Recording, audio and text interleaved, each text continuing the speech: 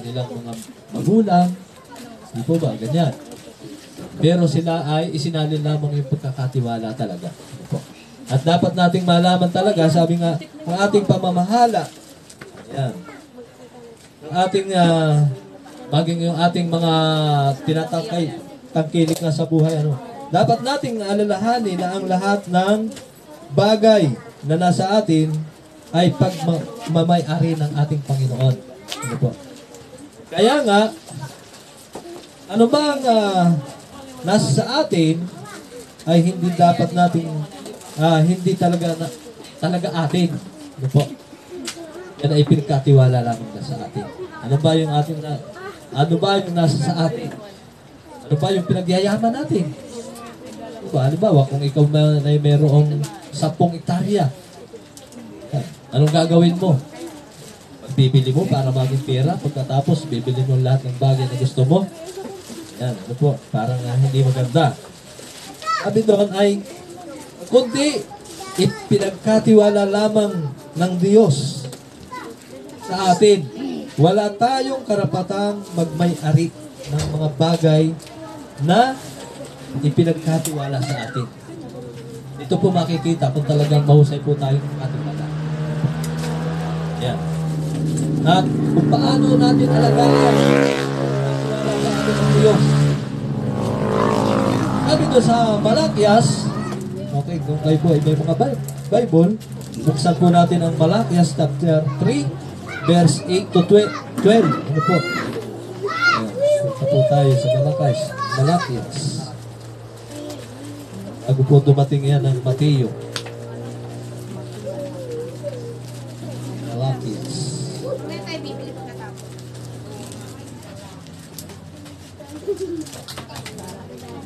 Sa Malakias.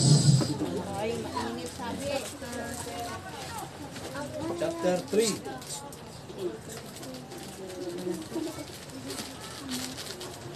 Verse 8. Verse 8. Tama. Hanggang 12. Okay, basahin po natin ang 8 to 12. Sabi dito, babasahin ko ang inyong sundan ng inyong mga mata. Kung nakakita na, ay magsabi ng amen. Amen. Ang tanong ko naman ay, matuwid bang pagnakawan ng tao ang Diyos? Hindi. Ngunit, pinagnanakawan ninyo ako. Sa anong paraan? Sa mga 10 bahagi at mga handog. Yan. 9. Isinumpa ko kayong lahat sapagkat ako'y pinagnanakawan ng buong bansa. 10. Dalhin ninyo ng buong buo ang inyong mga 10 bahagi sa tahanan ng Diyos upang matugunan ang pangangailangan sa aking tahanan. Subukin ninyo ako sa mga bagay na ito. Kung hindi ko bubuksan ang mga bintana ng langit at ibuhos sa inyo ang masaganang pagpapala. 11. Hindi ko rin hayaang talantain ang mga balang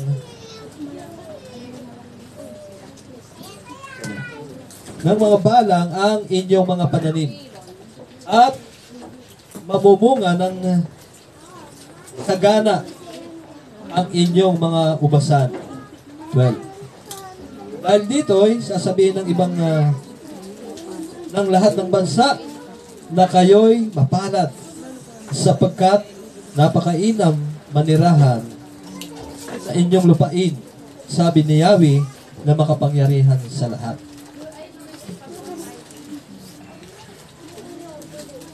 Okay, yun po.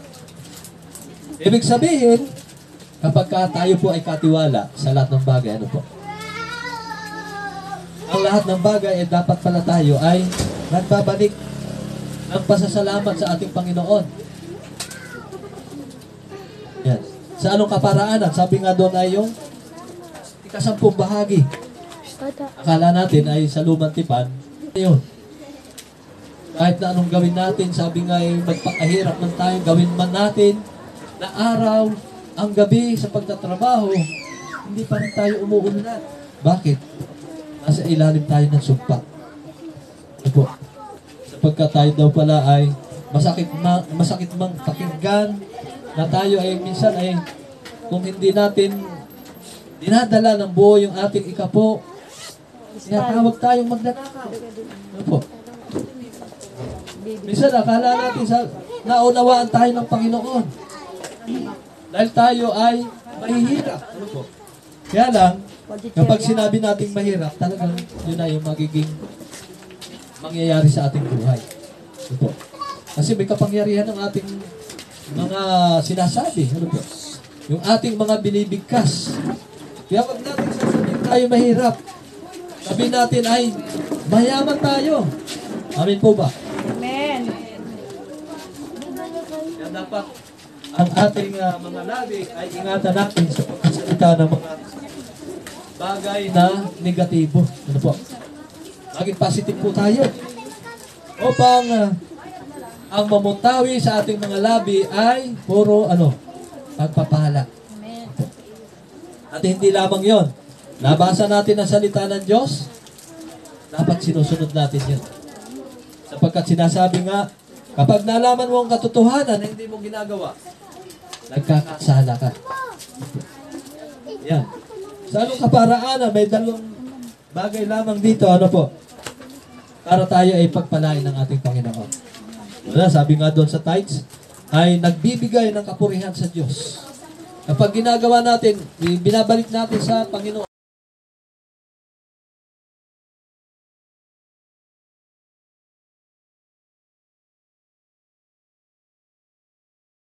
Subukin ninyo ako sa mga bagay na ito. Kung hindi ko buksan ang mga bintana ng langit. Hindi po ba? Bintana ang bubuksan. Napakarami po ng bintana ng langit. Ano mo? Kaya, ito po hamon sa bawat isa sa atin.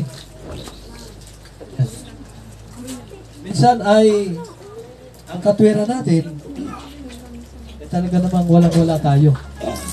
Kaya tayo nawawala dahil nga doon.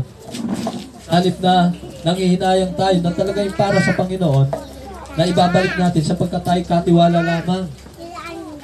Bawa, tulad niya, po? Yung lakas natin ay mula sa Panginoon. Hindi tayo makapagtrabaho kapag wala tayong lakas. Kung hindi tayo bigyan ng Panginoon, kukunin yung ating lakas, nakalaban natin, tayo ay makakatayo. Hindi. Po? Akala natin, dahil tayo malakas sapagkat tayo ay kumakain at tayo ay talaga nag-iingat sa ating katawan. Tama naman yun.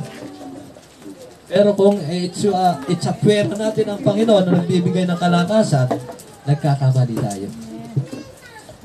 Sapagkat siya po ang nagpo-provide ng lahat sa atin. Kailangan lamang natin ang magbalik talaga ng pasasalamat sa Diyos. Bakit naman magta-tithes? Sapagkat sabi nga, para matugunan ang pangangailangan saan? Sa tahanan ng ating Panginoon. At hindi lamang yon. Para magpatuloy, maisulong ang gawain ng Panginoon. Ano po? Tulad ng pagmimisyon. Yan po yung mga gawain. Yung paghayo. Po, marami pong dapat na tinutustusan na nagmumula sa tithes. Ano po? At ito ay napakahalaga. Alam naman natin ang Diyos ay mayaman. Kaya lang, kung minsan titingnan natin, pwede naman pala na bigyan tayo ng Diyos na magmula sa langit para ibagsak yung blessing. Hindi po ganun. Ano?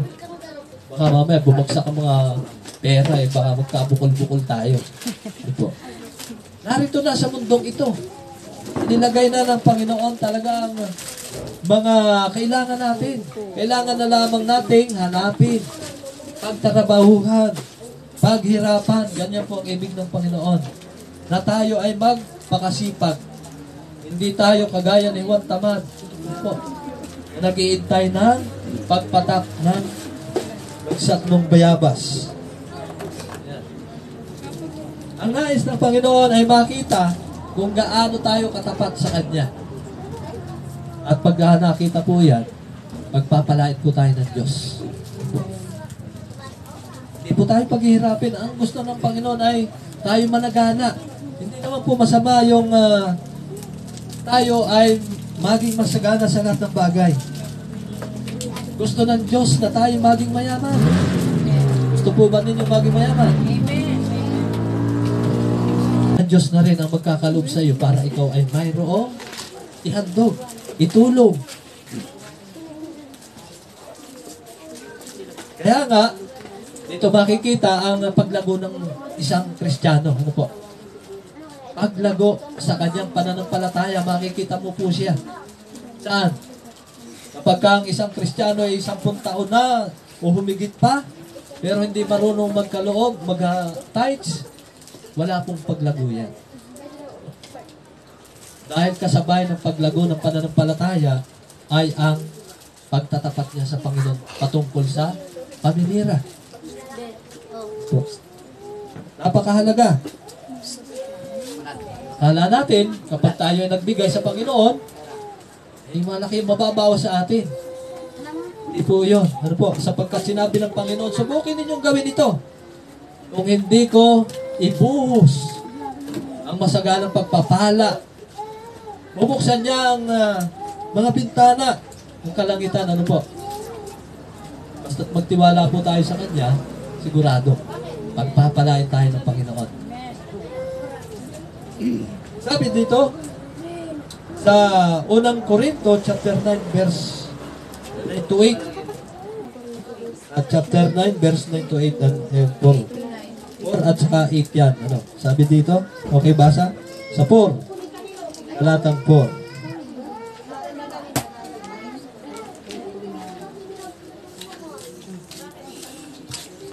Unang Korinto chapter 9 verse 4. Okay. Wala baga kaming matuwid na magsikain at magsiinom. Doon sa talatang 8. Yan. Sabi dito sa 8, magagawa ng Diyos na pasaganain kayo sa lahat ng bagay